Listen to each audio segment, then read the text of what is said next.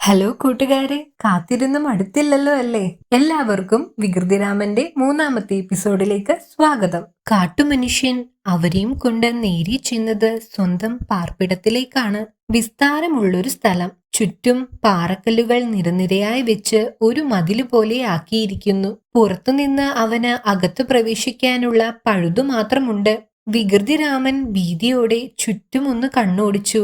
കാട്ടിലെ പോലെ തന്നെ ധാരാളം മരങ്ങൾ അതിനുള്ളിൽ നീണ്ടു നിവർന്നു നിൽക്കുന്നു. ചെന്നപാടെ കാട്ടുമനുഷ്യൻ ഉണ്ണികളെ താഴെയിട്ടു. വണ്ണത്തിലുള്ള ഒരു കാട്ടുവള്ളി എടുത്ത് വികൃതിരാമന്റെ ഉദരത്തിനെ ചുറ്റി ഒരു കെട്ടുകെട്ടി. കഴുത്തിലാണ് കെട്ടുന്നതെങ്കിൽ ഊരിപ്പോകാൻ സാധ്യതയുണ്ട്. വയറിനു ചുറ്റും കെട്ടിയാൽ പേടിക്കാനില്ല. ഊരിപ്പോകാൻ ഭാവിക്കുമ്പോൾ പിൻകാലുകൾ തടസ്സമായി നിൽക്കും. കാട്ടുമനുഷ്യന് ബുദ്ധിയുണ്ട്. അവൻ വികൃതിരാമനെ ഒരു മൂലയിൽ ഒരു മരത്തിന്മേൽ കെട്ടിയിട്ടു. നേരെ ഉണ്ണികളുടെ അടുത്തേക്ക് ചെന്നു. ഇല്ല, അവർക്കനക്കമില്ല. അവൻ പുറത്തേക്കു കടന്നു. ഒരു വലിയ മരത്തടി താങ്ങിയെടുത്ത് പാർപ്പിടത്തിന്റെ ദ്വാരം പുറത്തുനിന്നടക്കുവാൻ അവൻ മറന്നില്ല.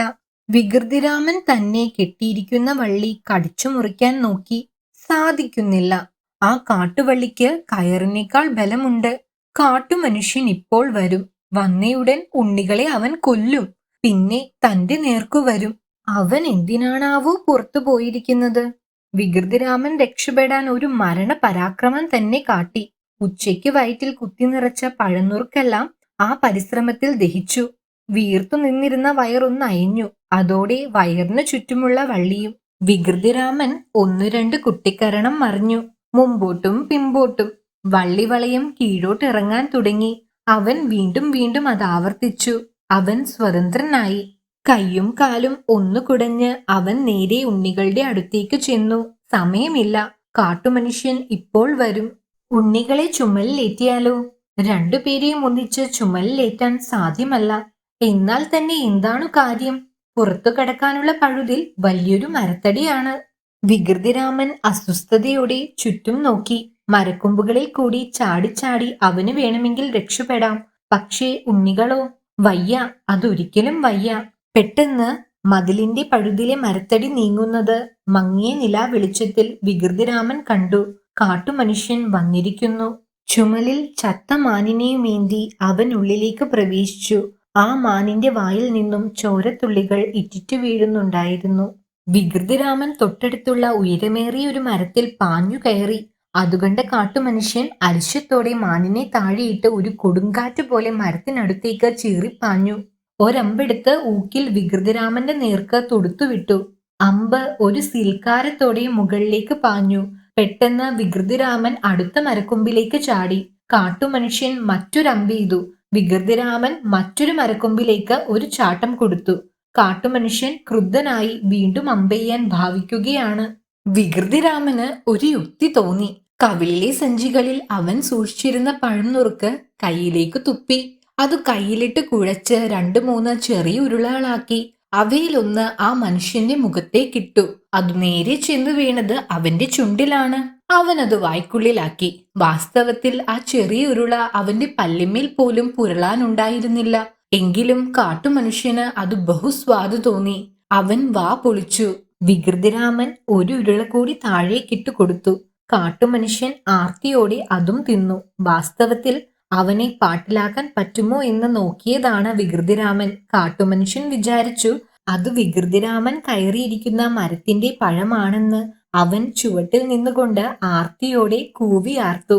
വികൃതിരാമൻ മറ്റേ ഉരുള കൂടി താഴേക്കിട്ടു. കാട്ടുമനുഷ്യന്റെ കൊതി മൂത്തു.